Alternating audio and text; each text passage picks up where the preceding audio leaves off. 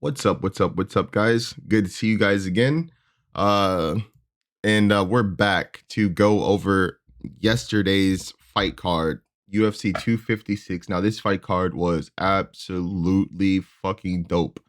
And it's crazy because usually the fight nights are the ones that are like the most explosive fight cards simply because everybody on the card is fighting to get somewhere, and a lot of people on the, these main UFC cards, these numbered UFC cards, they are people that are usually well solidified in their positions.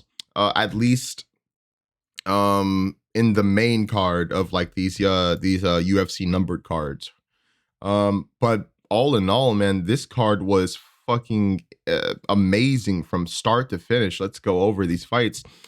We started off the night with Chase Hooper versus Peter Slippery Pete Barrett, dude.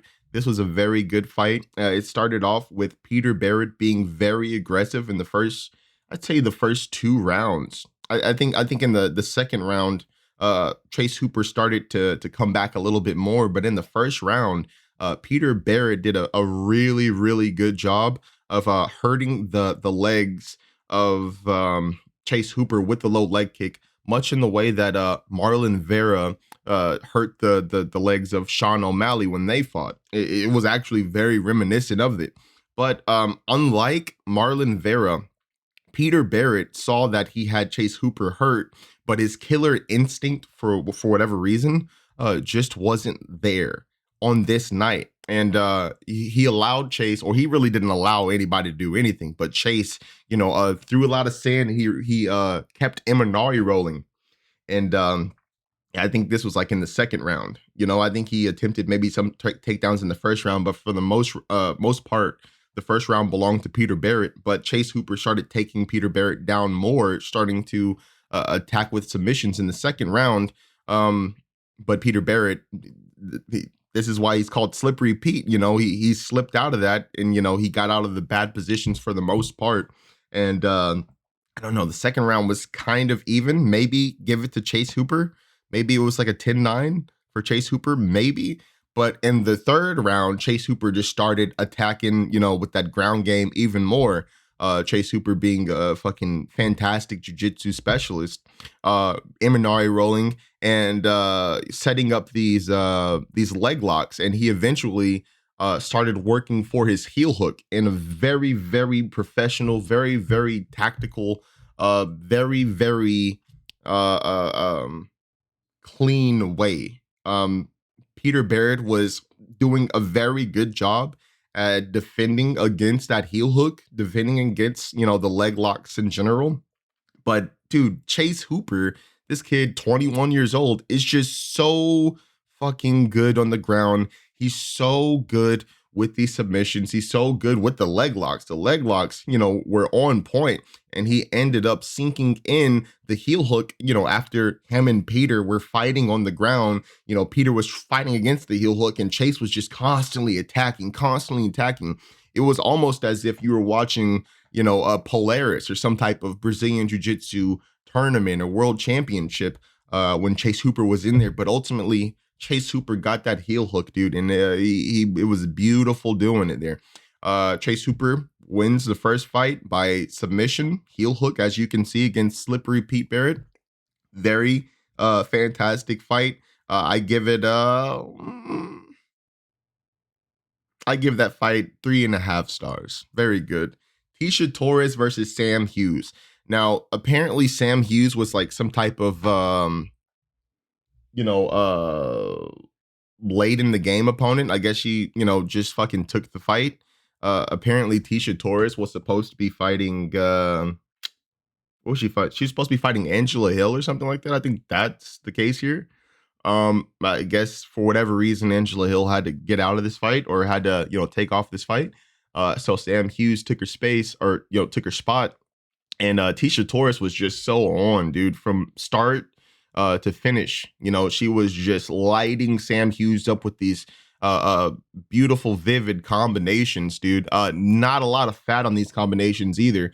Sam Hughes, pretty game. She stuck in there in that first round, but she just couldn't deal with the onslaught of Tisha Torres. Tisha Torres throwing fucking everything, throwing the book at Sam Hughes and busting her up pretty bad, so bad that I guess maybe Sam Hughes or Tisha Torres busted some blood vessels in the eye of Sam Hughes, and she couldn't see out of one eye. It was actually pretty weird. Like the blood I've seen like people get, I've been hit and I have like blood in like the whites of my eye, but Hughes had blood in like her pupil, like in the dark part of her eye, the colored part of her eye. I've never seen blood in the colored part of the eye ever before. That should threw me for a loop. But she had to, of course, stop it. The corner stopped it after the first round. For good reasons. The woman can't even see out of her, her eye. The fight needs to be stopped because Tisha Torres was just going to go back in there and put some more beautiful combinations on her. So Tisha Torres wins the fight by TKO corner stoppage. Very good fight. I give that fight. I give the fight a solid 3. The fight was fantastic between these two women, even though it only went 1 round. Very entertaining. And then now we have Gavin Tucker versus Billy Quarantillo. Me and my friends were watching this fight, and we kept coming up with weird names for Billy Quarantillo. We were calling Bobby Tarantillo, Bobby Tarantino, fucking Bobby Turcolino,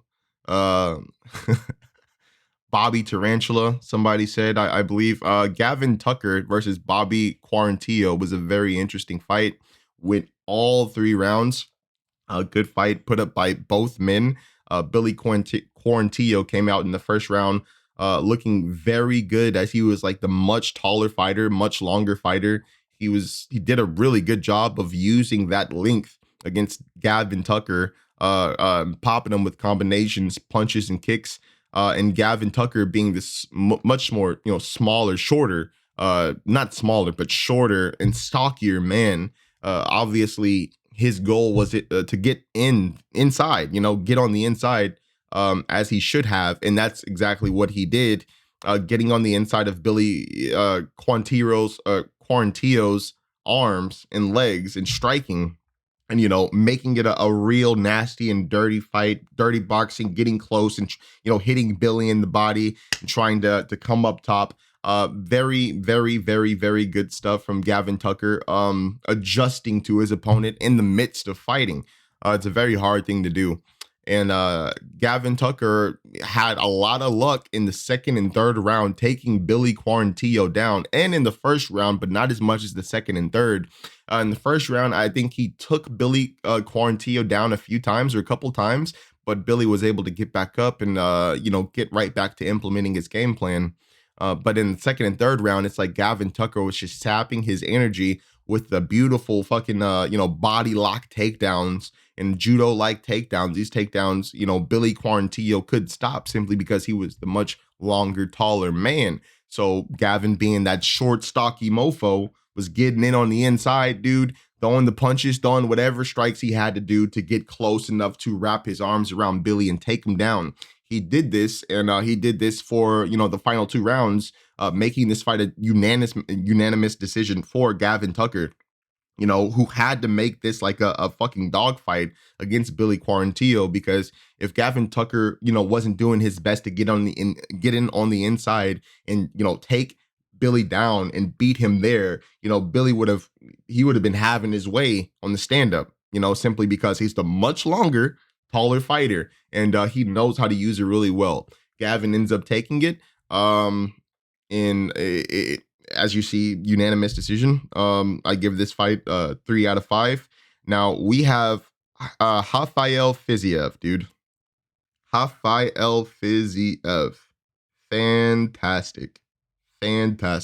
Now Rafael, or I don't know why I'm calling him Rafael. What am I, Brazilian? What am I, fucking am I Mckinsey Dern? We're gonna have to talk about Mckinsey Dern's accent and why she chooses to talk like a fucking Brazilian, like she just got off the boat from fucking, Curitiba or something. Your name is Mckinsey Dern. All right, you know how to speak English. Like if I can speak English like this, you can speak English like this, Mckinsey, and you have. We know you can. We've heard you. All right, enough about Mckinsey Dern's fake accent. Let's talk about Rafael Fiziev, dude. This man looked fantastic in this fight against Hinato.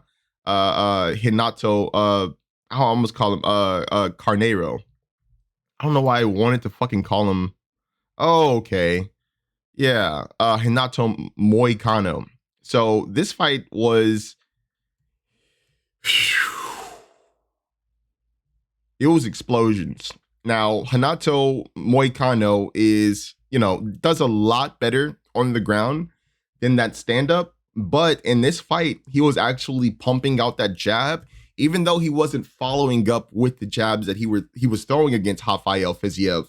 When you're fighting this guy, Rafael Fiziev, you can't just jab him in the face. You can't just straight him in the face or cross him in the face without putting some more on that. Because this man, not only does this man, he trains, I think he trains with the same people as the Shevchenko sisters.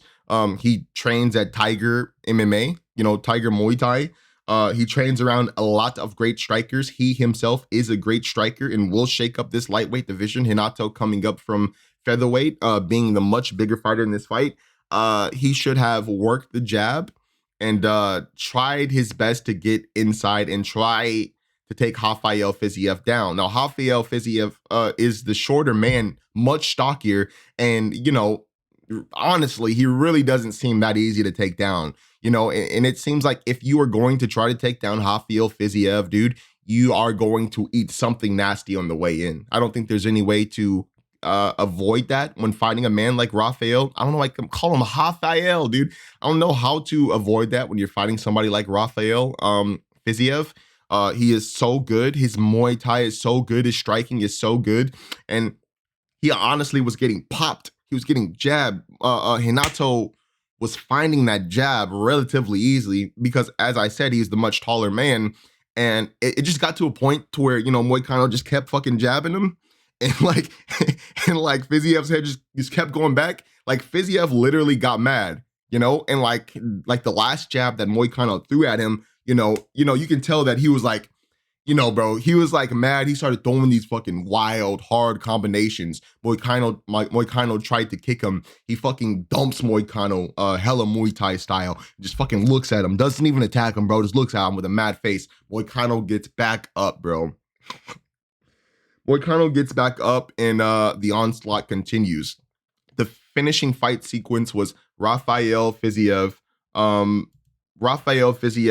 throwing this godly combination. I believe it was a lunging left to the body, right hook, and that right hook really hurt him. The lunging left to the body hurt him as well. The right hand landed flush hurt him as well.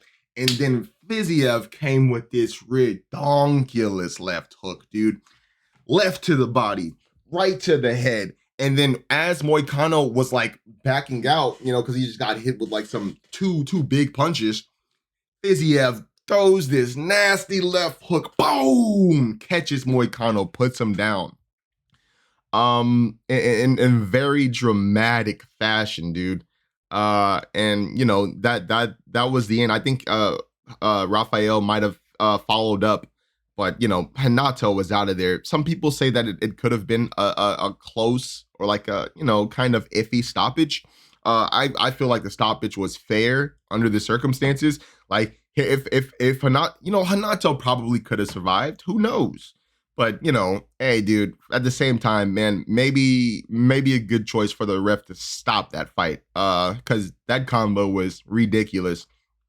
Rafael jumped on top of him, hit him a few more times. Before he really got a chance to hit him, the ref, stopped it. And I think that's a fair call by the ref. Honestly, yeah. Who is it? Chris Tognoni? The bald white guy. I don't know, Italian apparently, bald Italian guy. I think it was like a fair stoppage for him. Like that, this combo was ridiculous. If you want to see a very good combo, look up Rafael Fiziev's KO of Hinato Moicano.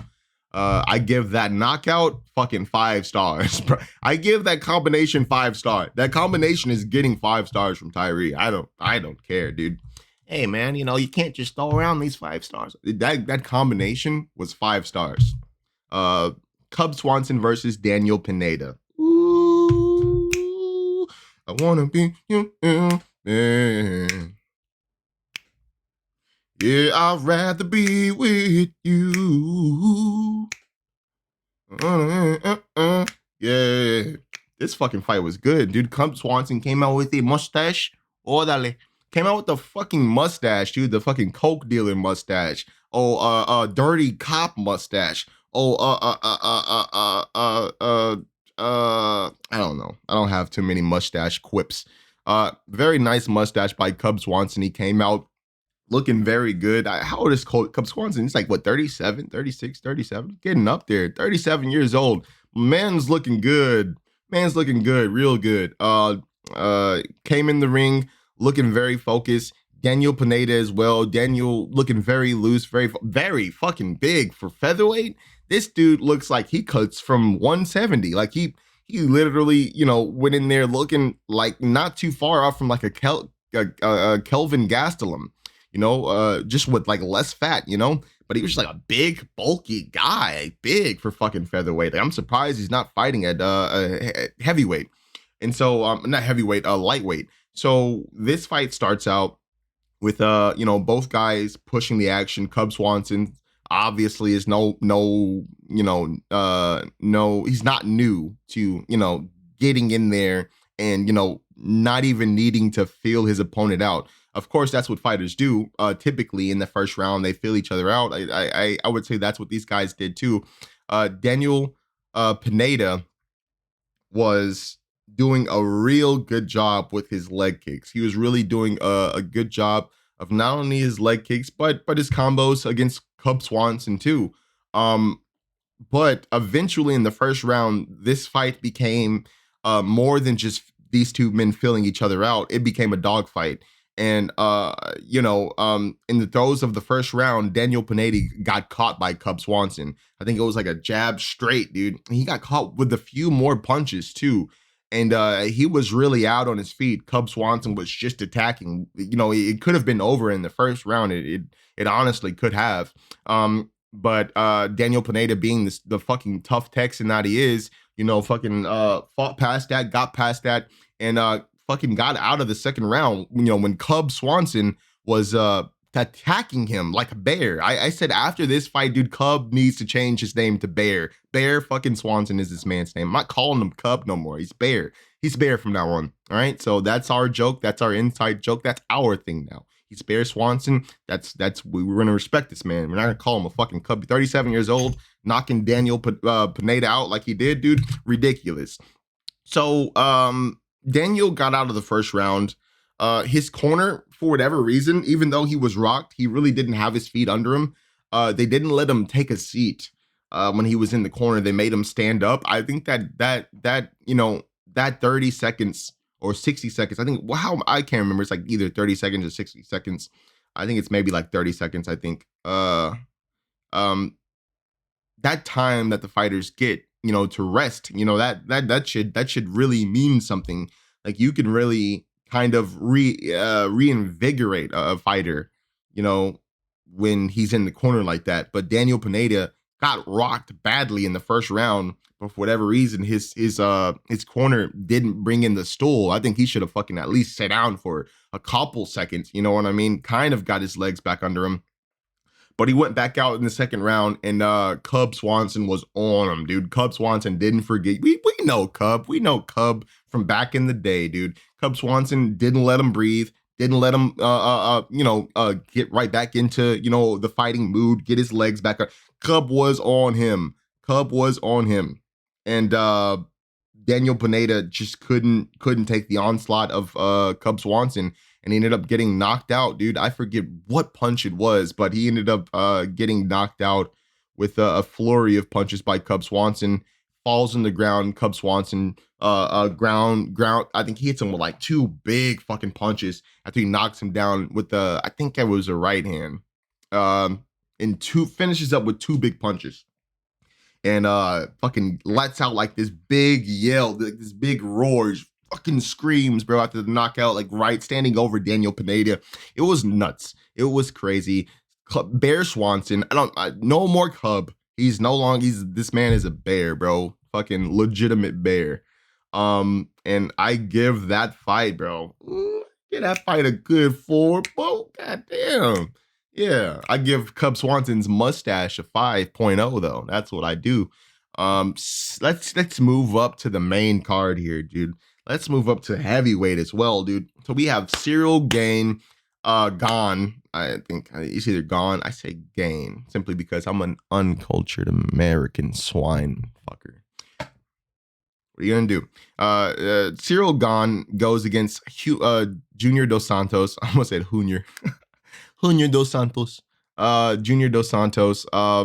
And one thing about Ciryl Gane coming into this fight, I've watched this guy. I've watched this guy in like the other MMA organizations, his other MMA fights within the UFC, and some of his Muay Thai fights. This guy's listen to when I say this. Listen, guys, listen to me when I say this.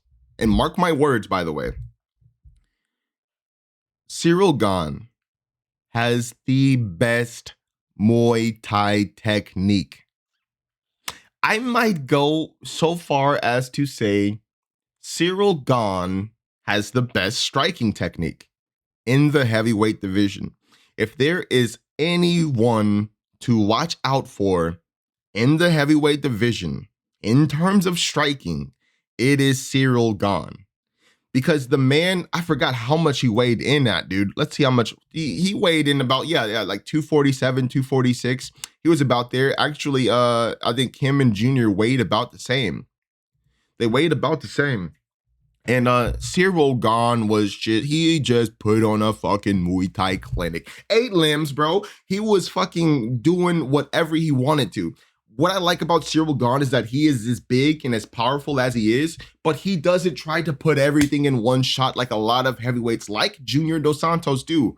He doesn't try to, and Junior Dos Santos, was a very fucking fast boxer. He wasn't just like a powerhouse, just fucking winging wild shots. Like Junior Dos Santos really had like those fucking, educated hands that'll put it on you.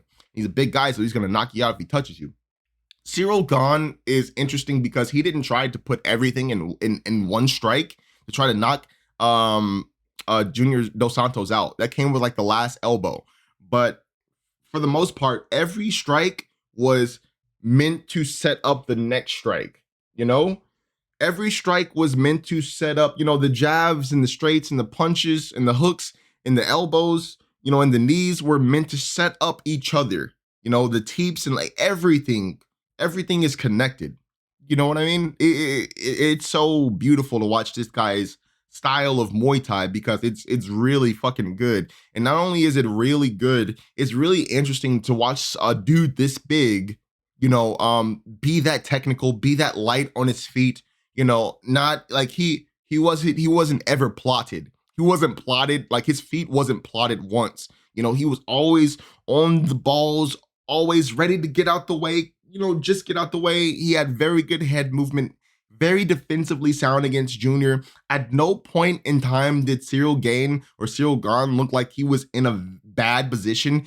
The whole time he was just doing what he does. Switch kick, doing what he does. Teep, doing what he does. Knee, gets inside. Knee, knee. Junior gets out, doing what he does. Jab, that sets up that. You know what I'm saying? Look at that. And he wasn't scared to like put his hands on his opponent. That is very important. A lot of people just like go in there. They're not trying to touch their opponent unless they're hold on. They're not trying to touch their opponent like unless they're hitting their opponent. So like, they'll just like, throw their punches and try to fucking hurt their opponent and shit like that. But Ciryl Gane is like touching you. He's like touching your arms, dude. He's like manipulating your body and to set up these strikes. It's beautiful. His Muay Thai, everything he does sets up the next thing.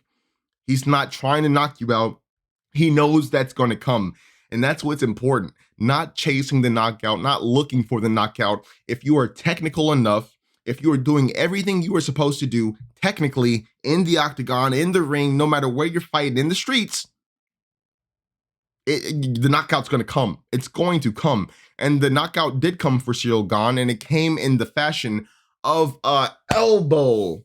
Oh, right, dude, a perfectly timed elbow. He gets his hands on, on the body, like he's touching Junior Dos Santos. I think like the shoulder, maybe like the arms of Junior Dos Santos, and he's like touching Junior Dos Santos, and like in like very John Jones-esque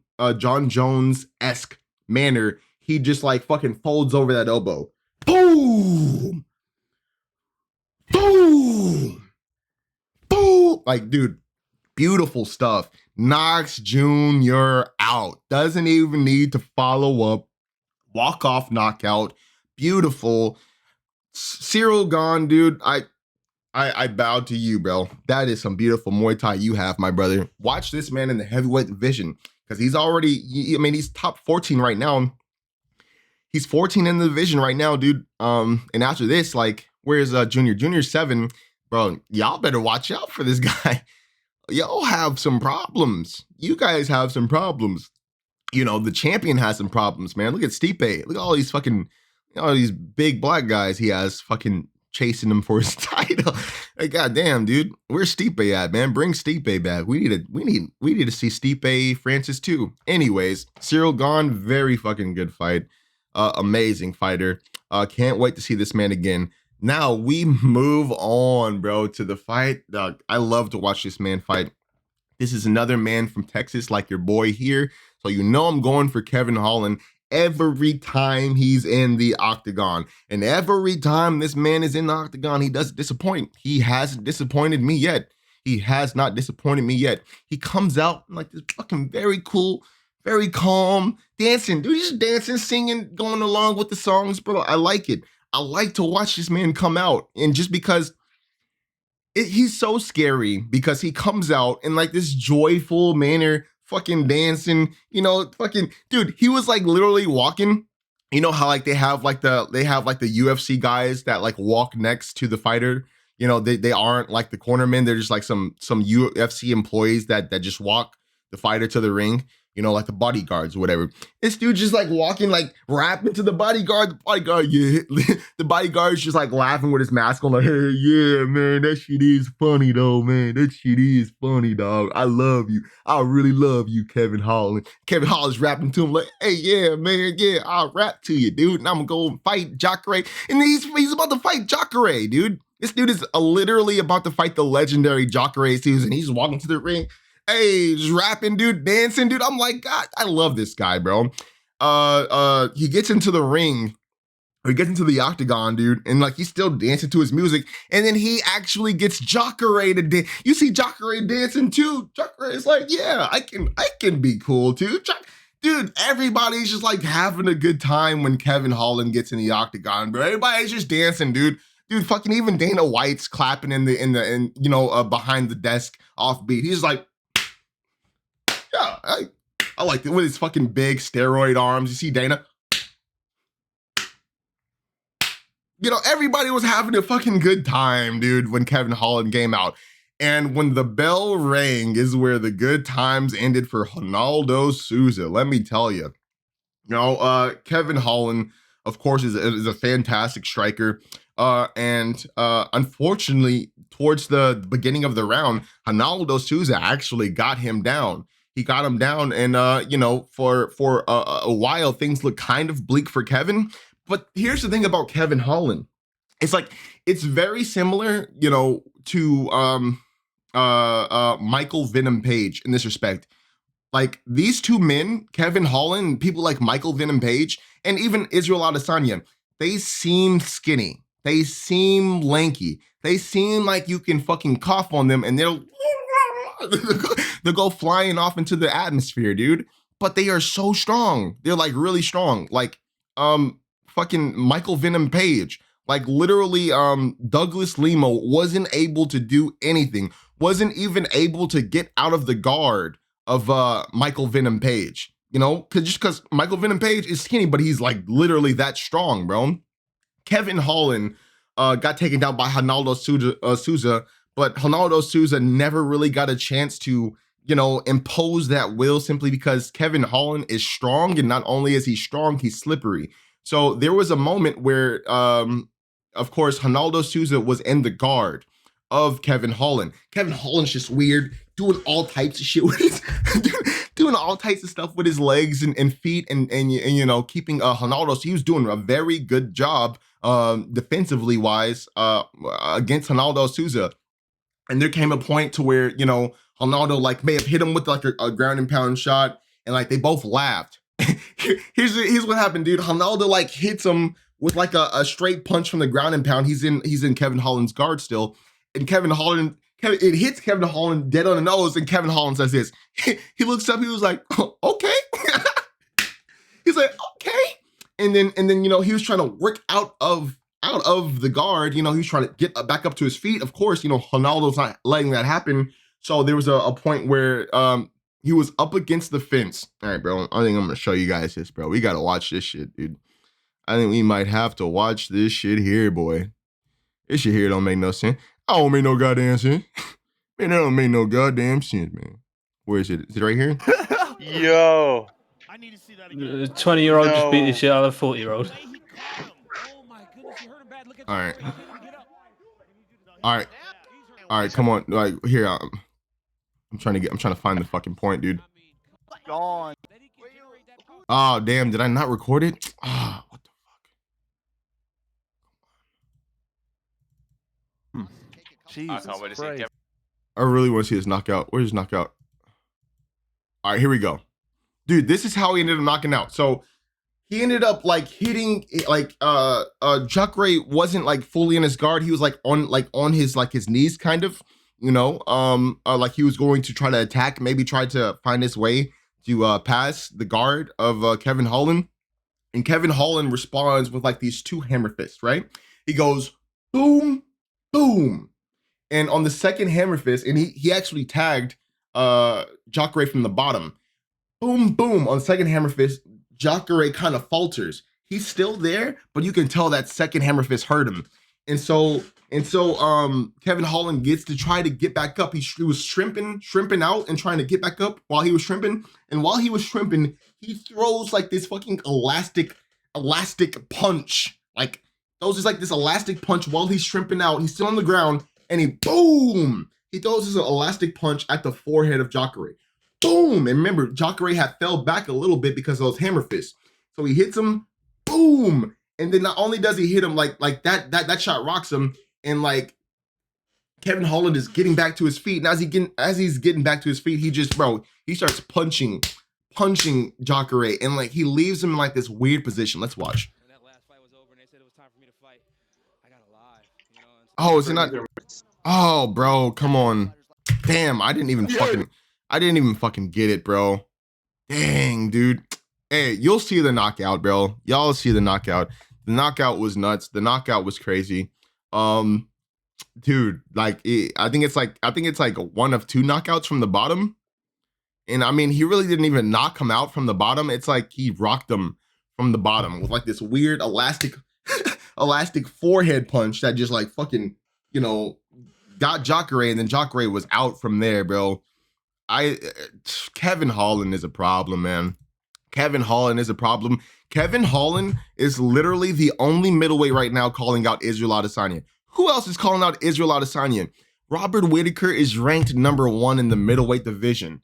And when this motherfucker was asked, hey, do you want to fight Israel again? He's like, nah, mate. I'm like, no, mate, I've got better things to do. I'm going to eat a little fucking chalky. That's what Australians call chocolate bars, chalkies.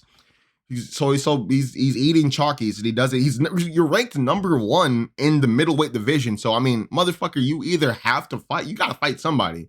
You're ranked number 1. It's not, bro. If you're not gonna fight Israel Adesanya, let somebody else fight Israel Adesanya, because it seems like nobody wants a piece of that man. The only person that apparently wants a piece of that man is Kevin Holland.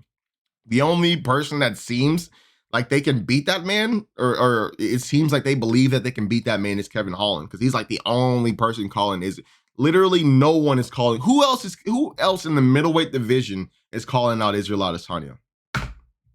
Who? The last person that called out Israel Adesanya got humped. Paulo Costa got humped.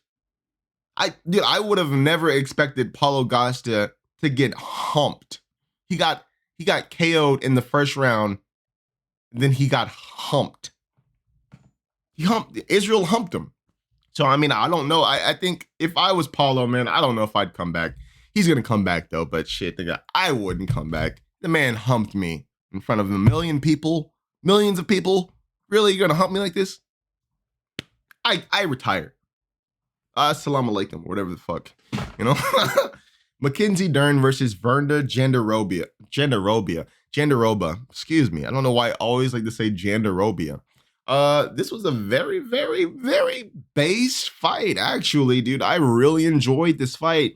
Now, both these women are jiu-jitsu specialists, and they're very good at what they do, very good on the ground. So these women like kind of canceled out their ground game, and they just fucking struck. They struck it out.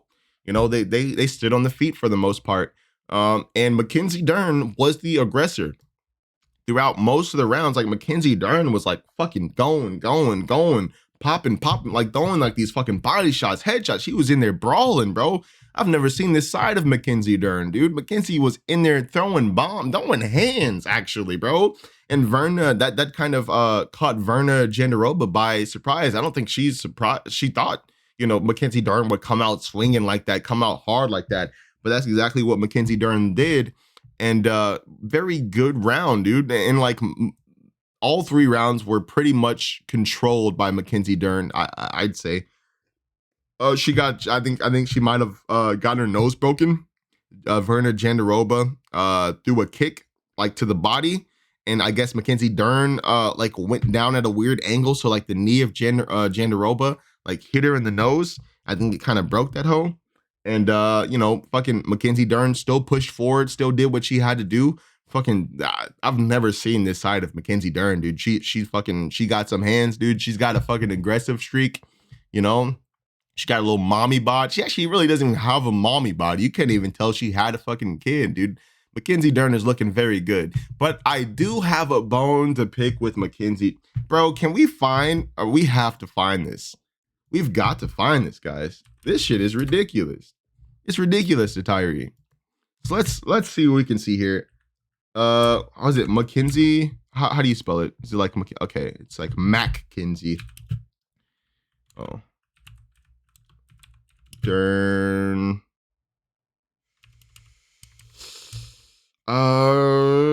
Interview UFC 256. I type like all right, listen to this one. Can we listen to this woman? Can we listen to like what her accent? Listen to her accent, dude. It's ridiculous. It's absolutely stupid. No Stadia. I'm not guys. I'm not advertising for these fucking Stadia bitches, dude. No. You can't see it.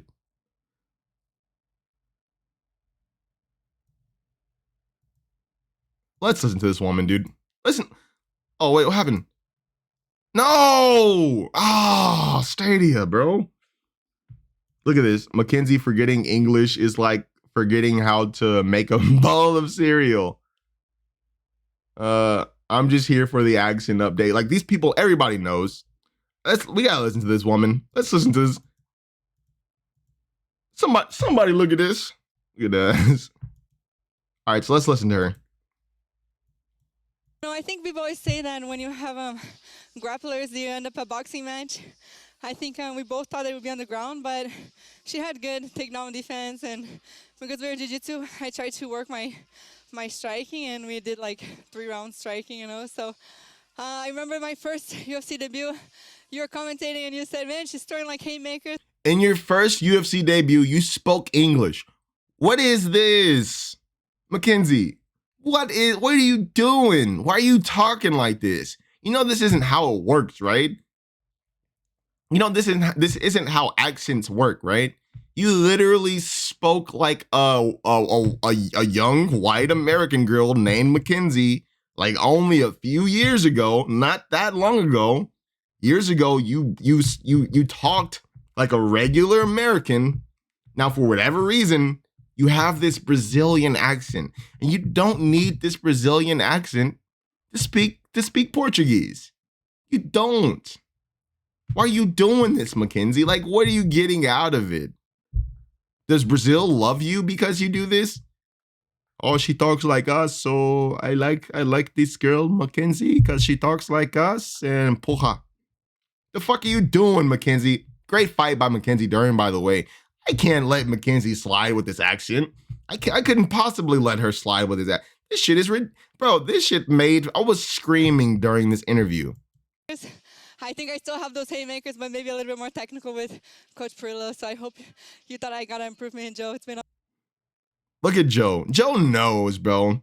Joe doesn't want to be here talking to this woman that is obviously faking this accent. You know, he knows. What is this? Why? Great fight by Mckinsey Dern. Mckinsey Dern did what the fuck she was supposed to do in this fight. I cannot get behind that fake Brazilian accent. We've heard you speak like an American, speak English with an American accent. Like we've heard this, Mckinsey. You can't like just put it back in the bag now that you've already. This isn't how it works. Okay, Mckinsey Dern did her goddamn thing, man. I didn't even rate the Kevin Hollow and Cyril Gane fight. The Cyril Gane fight was beautiful. I give Cyril Gane's technique 5 stars. I give Kevin Holland's performance 5 stars. 6 stars. We're bumping it up. 6 stars now. He's raised the level of the stars here. He gets 6 stars. Mckinsey Dern for that fucking act. All right, so for the fight itself, I would say Mckinsey gets a solid 4.5, but for that damn accent, I gotta give you a 3, Mckinsey. I gotta give you no. I gotta give you a 3, honey. Okay? You know that's not right. You know what you're doing isn't right. All right? I love you. Keep it up. Keep fucking working on those hands. Those hands were looking good today. They were looking good yesterday, baby girl. They're looking very good. So we're gonna move on here to my boys, man. Now, I honestly went for Tony Ferguson in this fight. Actually, you know what? I'm not even gonna say I went for Tony Ferguson in this fight. I didn't know who was gonna win this fight, at all. And I was actually very surprised at how dominant Charles Oliveira was. Do Bronx, dude, was fucking marvelous in this fight. Look at him in his glass. Look at this guy and his glasses, dude. This man, Charles Oliveira, has come a long way, dude. I mean, like, look at this man's career in the UFC. This man has had some wars in the UFC, has lost some fights in the UFC. You see, like, all the men he's lost to have been top-tier fighters. Jim Miller, Donald Cerrone, Cub Swanson, Frankie Edgar, Max Holloway, Anthony Pettis, Ricardo Lamas, Paul Felder. Every loss this man has taken has been at the hands of somebody that is a fucking fantastic fighter. And these losses have truly made, and I've been a fucking fan of Charles Oliveira since, bro, back in the day, dude. Way back in the day, man. Back when I was still in fucking high school, in fact, I was a fan of this man, dude. Way back in 2011, 2012. And to see him go through like this fucking tumultuous time in his career where he was like, you know, it seemed like he just couldn't string wins together like he wanted to string wins together. And it seems like every time he got, you know, he started knocking on the door of, the top ranks of the division, whether it be flyweight or featherweight or lightweight, it seems like, you know, he just couldn't get there. But this reinvigorated Charles Oliveira is very, very dangerous, very, very interesting. He absolutely decimated Tony Ferguson. Now, I'm not trying to just throw Tony Ferguson under the bus here, but Charles Oliveira's striking was a lot more clean, a lot more crisp. I'm not sure if Tony really didn't throw that many strikes, dude. He couldn't. You know, Charles Oliveira was throwing his strikes, and not just throwing his strikes, setting up takedowns, dude. Setting up these takedowns and slamming, like picking up Tony Ferguson, slamming him down on the ground in ways we've never seen anybody pick up Tony Ferguson and slam him. We've never seen anybody pick up Tony Ferguson. Nobody thought that that was possible. We just thought that, you know, Tony Ferguson is a guy to, you know, try to punch or something, dude. We didn't know that it was possible for this guy to be picked up and just fucking tossed. But Charles Oliveira showed the world that it was possible, and more than possible. He absolutely dominated Tony Ferguson. In the first round, he locks on like this fucking tight armbar. And like you can tell, you know, Tony's not gonna tap. Tony's not gonna fucking tap, bro. And I think Tony maybe had like 10 seconds left, maybe like 12 seconds left, bro. And Charles had it like perfectly. And then not only did Charles have it like fully extended and perfectly, and Tony's just like not tapping, Charles put the arm behind the pit, dude, and just boom, like, bro, you can, oh, bro, like it was like one of those moments where you're just waiting for the snap. You're waiting for Tony's arm to snap, and Tony's such a tough motherfucker, bro. How tough? Tony is too tough for his own good, bro. Tony took it. Tony waited till the end of the round. You know, his arm's about to break. He took it. The round ended and he survived, dude. Now, the second and third round was more of Charles Oliveira imposing his will upon Tony Ferguson, but Tony was, dude, he was like trying to be as defensive as he possibly could. He was trying to do whatever he could in whichever way that he could, the entire time through. And geez, man,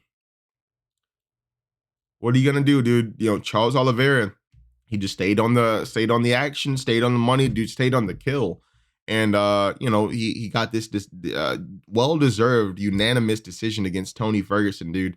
They hugged it out after the fight. You know, they put their arms around one another, and you know, they walked around the cage, you know, took a walk with one another. It was really beautiful, man. I'm not sure what's next for Tony Ferguson, but that was another tough loss, man, at the hands of Charles Oliveira. You know, after that loss against Justin Gaethje. So I mean, fucking much love to Tony, much love to Charles. I love both of these guys. I love to watch both. I hate it when two fighters that I love have to fight each other, dude. But damn, was it a barn burner. Oh my God, Kang. Y'all remember JR, the fat fucking guy from Professional Wrestling? Oh my God, Kang, it was a slobber knocker. We're going to have ourselves a slobber knocker over here, Kang. And then we have the main event, Davison Figuerado versus Brandon Moreno. Based God. Where's fucking, well, yeah, dude. This is some real based God fight shit, dude. Davison, the God of War, Figueredo versus Brandon El Baby Assassino Moreno. This fight was fucking nuts. I don't even know. I can't even like if you didn't watch this fight, bro. I'm sorry. I have like a copy of this fight. I don't know. Maybe I'll try to put it up later. At some later date. I might just make like in wow. I might just make like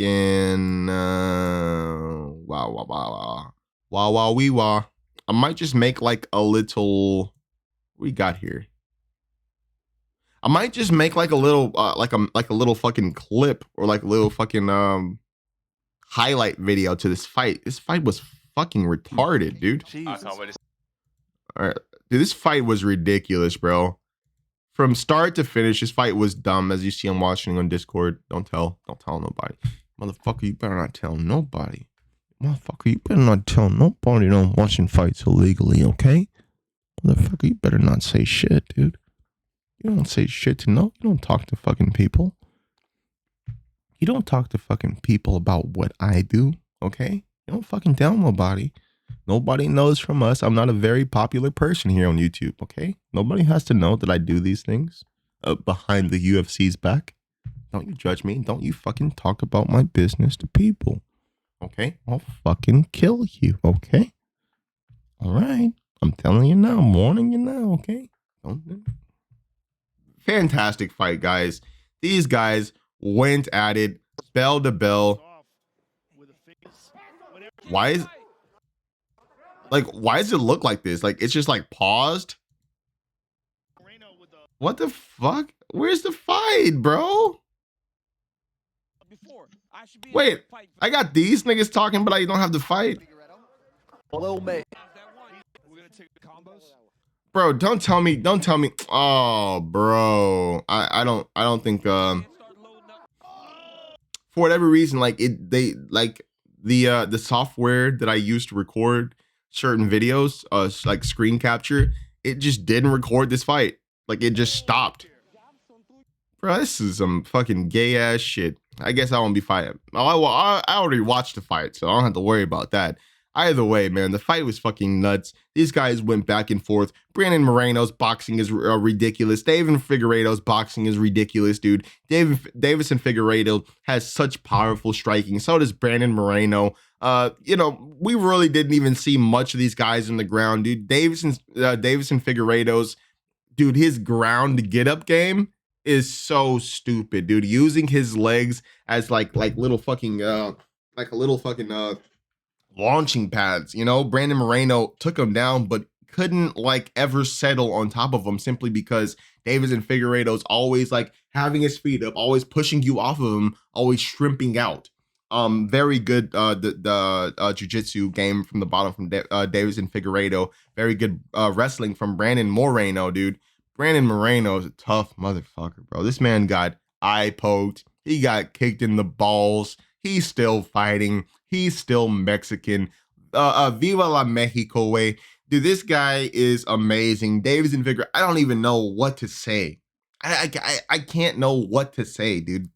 Everybody was speechless. Nobody knew how to fucking score this fight. The only right way to go in this fight was a draw. There's no way. It's a draw, dude.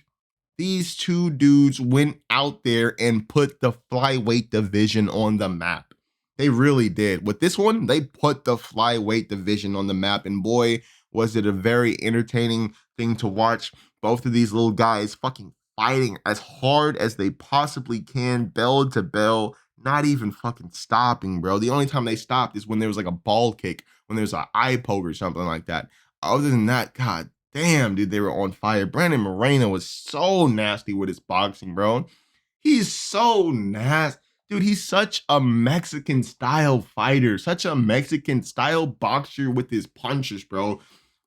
Oh my god, you know what I'm saying? Like keeping his arms low, you know what I'm saying? Like fucking, fucking playing with him, dude. Like, oh, he's giving you so many looks, bro. He's hitting you in that body, nigga. He's working that jab. And it's so beautiful to watch Brandon Moreno's, jab, because he puts things behind his jab. It isn't just a jab in your face, you know what I'm saying? Unless he's trying to gauge distance. But he's fucking putting combinations on your ass. He's not just hitting you in the head. He don't want that head. What's that head just sitting there for? You think he's just gonna attack that head when that body's right there, dude? No, he's gonna fucking come down to that body, bro. Bow, bow, bow. Oh, bro, dude, Brandon Moreno is a mofo with that boxing, dude. And my man, the God of War, Davison Figueredo. God damn. What can I say about this man's boxing, dude? For like the entire fight, this is how Davison Figueredo was, bro. Like, he was literally like this, bro. He was like this. Like, and like Brandon Moreno would like pull out jabs and throw punches, bro. And like Davison Figueredo would just, he would just move out of the way. He just made like, he just makes evasion from punches and kicks and like all these things. He just makes it look so easy. Like he just, like literally that easy. Like that's how he was doing. He was like, and then he would like just come back with like nasty body shots and stuff. Like, oh, bro, dude.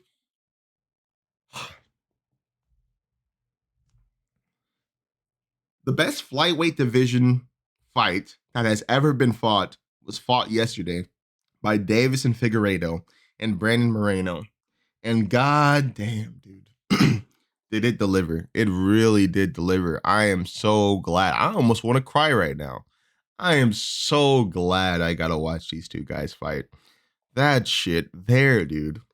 That shit there was something else. That's something that, we don't see in many other divisions. We don't see people fight that fast at that pace for that long. For 5 rounds, these guys are fighting at like a full pace. in the championship rounds, fighting at a full pace, dude, at a full clip. I'm breathing hard. You understand this? It's a majority draw. Brandon Moreno, Davison, Figuerado, they're gonna do it again. I'm not sure when they're gonna do it again, but gosh darn, can these this is fight of the night for sure. Fight of the night. There's no way this isn't fight of the night. I guess what do they do? Like performance of the night? This has to be fight of the night. Like there's no other fight that was as good as this. 7 stars. They raised it at 7 stars. I gotta give this fight fucking 5 stars, dude. Dude, this fight was a 5-star fight. Do you understand? A 5-star fight. This is the fight. Like, this is the upper echelon fights that you get with the UFC. And it seems like only in the UFC can you get these fights. Not saying that there aren't, great fights in other different organizations. There are. But only in the UFC are you going to get a fight like this where 2 fucking obviously high-level fighters come together and they fight for how many? 25 fucking minutes? They fight for 25 minutes, full clip. Not a lot of stop. I mean, they had a couple doctor stoppages, but like they didn't last that. Where Brandon Moreno got poked in the eye and he got kicked in the balls. But like they didn't last that long. Brandon Moreno, he was right back at it, dude. And like every time he got like poked, when he got poked in the eye and when he got kicked in the balls, dude, he came right back even harder. It's like he got a second win, dude. He came right back even harder, dude. And shit, brought it to Davison Figueroa, who brought it right back to him. That's literally all I can say about this fight, dude. That's literally all I can say, dude. 5 stars. 5 stars. There's no way that this fight doesn't get 5 stars for me. Anyways, very good fight. I just want to share that with you guys. I've been a little absent lately. Been going through some shit in my life, but you'll see a lot more. It's a lot more of me now. Now that the things that I was working on in my life are now settled for the most part. So yeah, dude, you guys will be seeing a lot more of me. This card was ridiculous, guys. Let's give it up. We gotta give it up, dude. This entire card was nuts to butts. I don't think I meant to say that. It was nuts, start to finish. So yeah, guys, I'll catch you in the next one next week. It's Jeff Neal, my boy from Texas, my boy from Hucker Heights, my boy from Central Texas, dude. Central Texas, stand up in the building, bro. Central Texas is riding with Jeff Neal. I'm sorry, Steven. Wonder Boy. I'm sorry, Wonder Boy. But I gotta do this. This is like, dude, we're talking about, like a man that I fucking trained with. A man that, when I was 17 years old watching Jeff Neal training when he was like in his early 20s, like it was obvious. It was obvious, dude, to everybody, even all the way back then in 2011, dude, that Jeff Neal is going to be in the UFC and is going to be a UFC champion. And he's going to showcase that on next week's Saturday next week, dude. This is going to be a fucking fantastic card.